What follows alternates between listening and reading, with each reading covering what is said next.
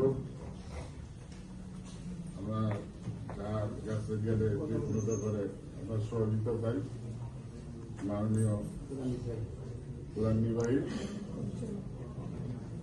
এই দরুজ্জামান স্যার আমাদের উদ্দেশ্যে এবং ঠিকাদারের উদ্দেশ্যে আমার এর আগেও বলছিল যে আপনাদের একদিন বলবো আজকে মিলাদ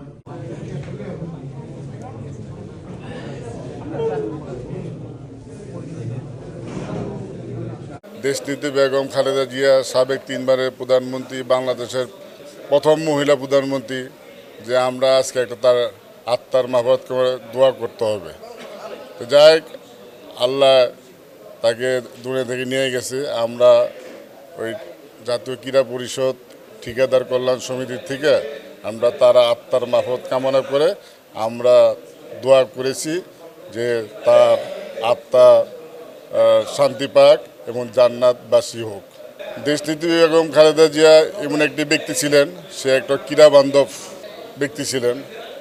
আমি যখন 2002 সালে যে সাব চ্যাম্পিয়ন হয়, আমি উদ্বোধনী এবং সমাপনী কমিটির একজন মেম্বার ছিলাম। আমি দেখছি খেলাধুলার প্রতি তার যথেষ্ট অবদান আছে।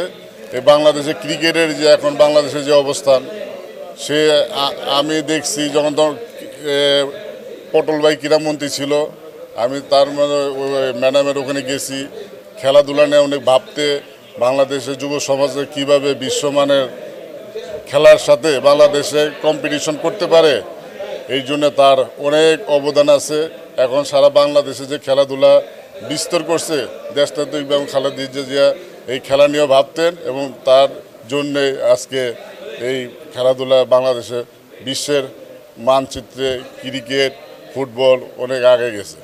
আমাদের জনাব তারেক রহমান বিএনপির চেয়ারম্যান ঘোষণা দিয়েছেন মাই প্ল্যান।